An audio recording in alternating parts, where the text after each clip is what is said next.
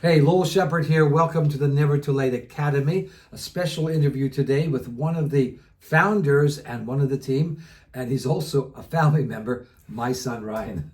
Hey. Nice to be here, Dad. Of course, I've known Ryan a long time. He's my son. I've seen him progress. I've seen him have dreams all his life.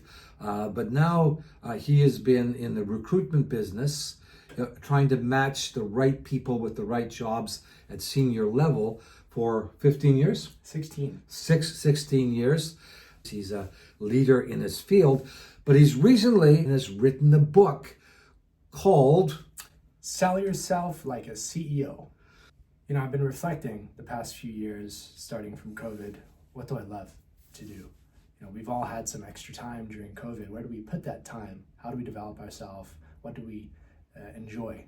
Certainly, there's things we enjoy more than being on the train, commuting to work every day, but how do we use that time to better ourselves and create value for the world?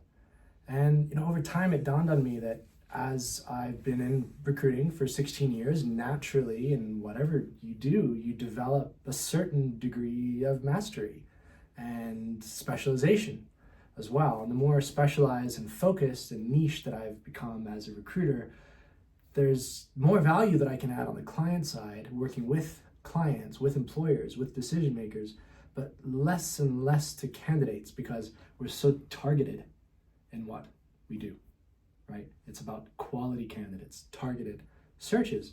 Yet I have all of these insights and best practices to share with candidates or potential job seekers, because the same principles that I coach my candidates through can apply to anyone, anywhere. And what I'm seeing is that as a recruiter based in Tokyo, in Japan, Tokyo is by far the biggest market within Japan, and Japan is the second or third largest market in the world for most markets, for most industries rather. But what sets Japan apart is a couple of things. One, an aging population. We're seeing an unprecedented amount of retirements in Japan, yet the birth rate is very low. So the talent pool is shrinking literally every day in Japan. And because of the cultural and language barriers in Japan, there's less of a sell yourself mindset to stand out and stick out than there is in the US, for example, where self-promotion is acceptable, expected even from being out of college or even high school. But in Japan, job changing is still frowned upon compared to the rest of the world, even in US and European companies in Japan. So what you have here is an aging population, a shrinking talent pool. The bilingual talent pool is also extremely limited, with less than 1 in 10, even in US and European companies in Japan, having a fluent level of English, which is how we define a global leader, a leader who has a global mindset and fluent English capabilities. And so it's critical that this next generation of talent is equipped to sell themselves, to be able to recognize their unique abilities and how to leverage those unique abilities to add value to the world, to take ownership of their career instead of waiting for a promotion, waiting for an assignment, and don't just work in their career, but own it. That's what the companies want them to do. HR can't read minds. So that's why I've compiled all the best practices that I've learned and gathered from executives I've worked with to candidates I've worked with, seeing what works and what doesn't, sitting in on interviews and seeing with my own eyes the difference and impact that good communication and a clear mindset can have in not only getting the offer or not, but getting better offers faster. How will this book, How to Sell Yourself as a CEO, help people who are not in Japan? I mean, are there insights and tips there that will be useful to an American, for example? Absolutely. So we're in the digital age, right? The average job seeker is going online to find listings to apply to. But first of all, how do you know what to apply to when there's dozens of listings out there? So the first step in the framework that this book is based on, that I call CPATH, is to Say once again? CPATH. CPATH. CPATH is the underlying framework that's inspired this book, and that stands for Chart Your Path, Personal Branding, Attract Offers, Transition, and then Hedge that move. Right. Spath. CPAC. Oh, see, And yeah. you know, it ties into targeting people who are ambitious and want to take control like a CEO, that have ambitions to reach the C-suite. You know, that the common response I get for what's your long-term career aspiration? I want to be the CEO. Great, that's a great goal. But what does that mean to you? Where does that motivation come from? Where is that rooted, right? What bring color to that vision helps to spot the right opportunities by knowing what is the right opportunity and what's not. And naturally, you know, we all have a reticular activating system. So by being clear on what we want, not by words, which is very two-dimensional, but through color and imagining what that future looks like, who you're talking to, what you're seeing around you, how you're feeling, and describing that, we're able to chart our path by working backwards from that vision. And then it's easier to spot the right opportunities and block out the noise. Right.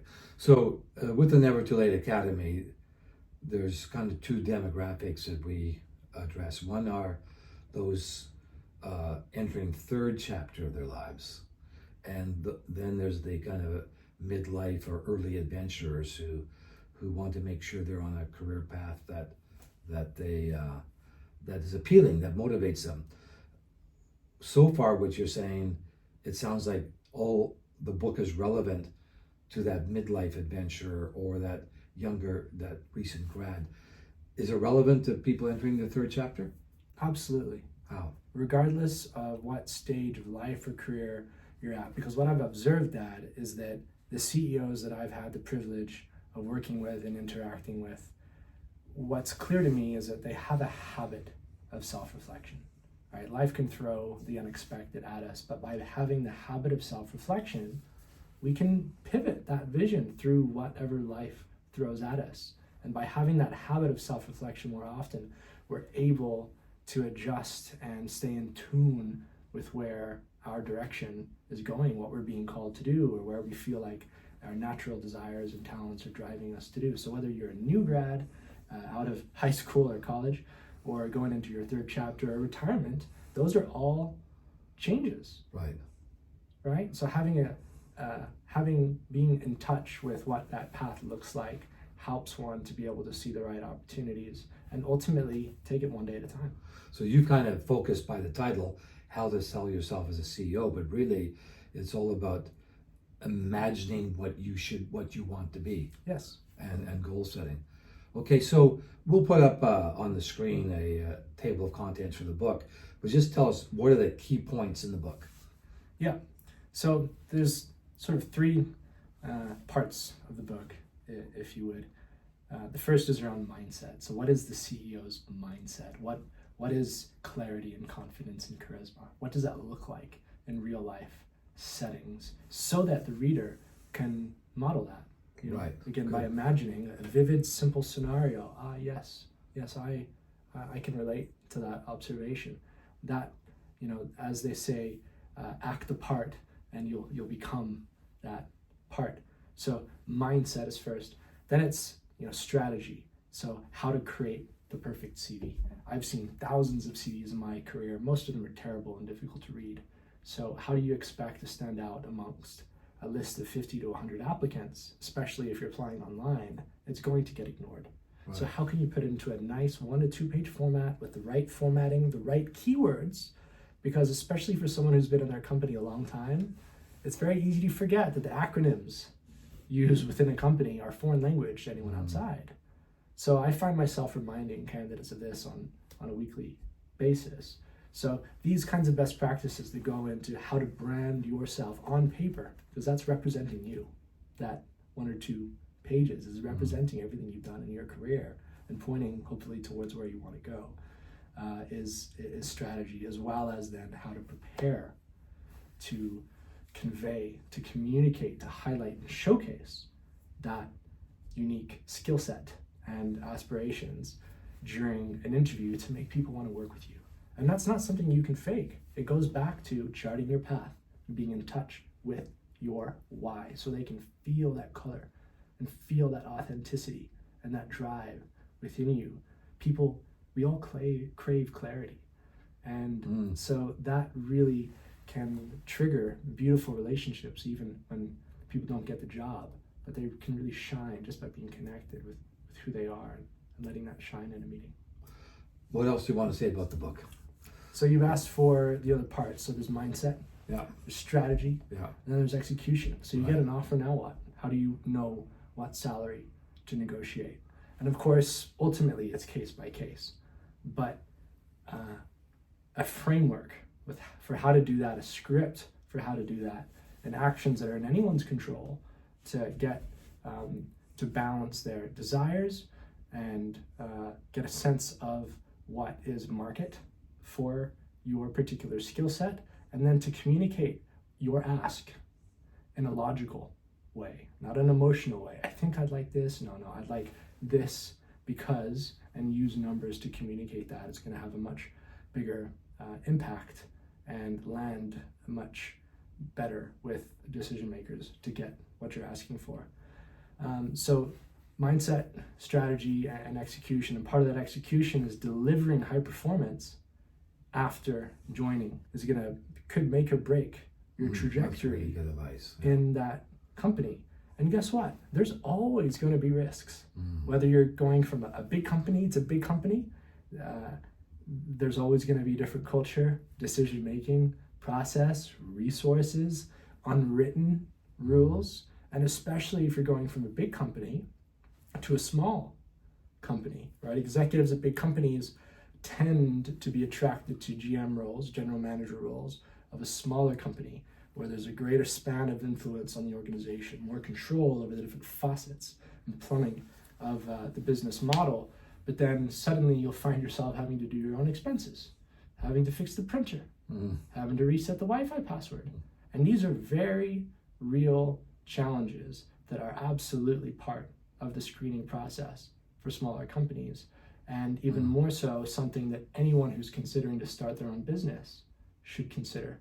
So these are the kinds of insights that by hedging your move, you'll be able to reduce the risk and ensure that you land softly and springboard to your next opportunity, whatever that is. And that's why having an exit strategy is important as well. Not to just go in and be, okay, my job search is done now, I'm comfortable, I can go back to life again. No. It's what's next. Work towards that. So imagining, strategy, execution. Mindset, strategy, execution. Yeah. And then there's action points and exercises to go with each of those. Right. So I've tried to cut out all the fluff. You know that feeling when you're reading a book and you're like, oh, get to the point. Well, I've written this in a way that I'm not going for length. I'm not going for word count here.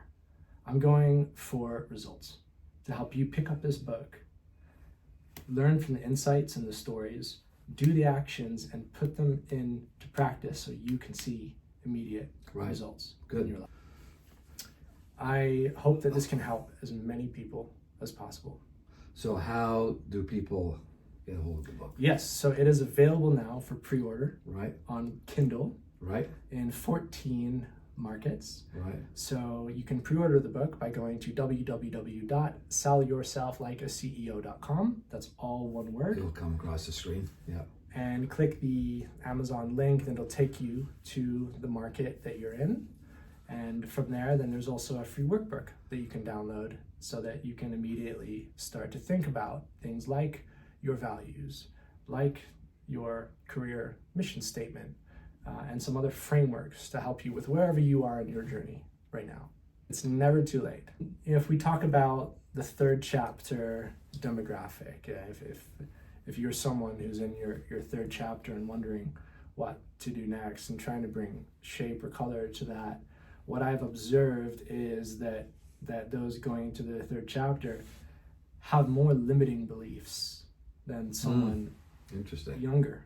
There's assumptions that are rooted in the psyche without realizing it, that have taken me pretty deep conversations to get to the root cause of a misunderstanding or a misconception that when I give them a fact to correct that understanding, it's a game changer. And that's one of the moments that have inspired me to write this book, is to make these kinds of facts and insights available to the world to help guide people's path. But there's a lot of limiting beliefs there, so just accepting that we don't know what we don't know. And part of this book is about using the network around you to help shine the light on those next steps and learn from mentors and leverage resources in our network in order to make the right decisions and not ones that are based on emotion or assumptions. Great. All the best. Thanks, Dad. Good to have you in the academy. Okay, I'm just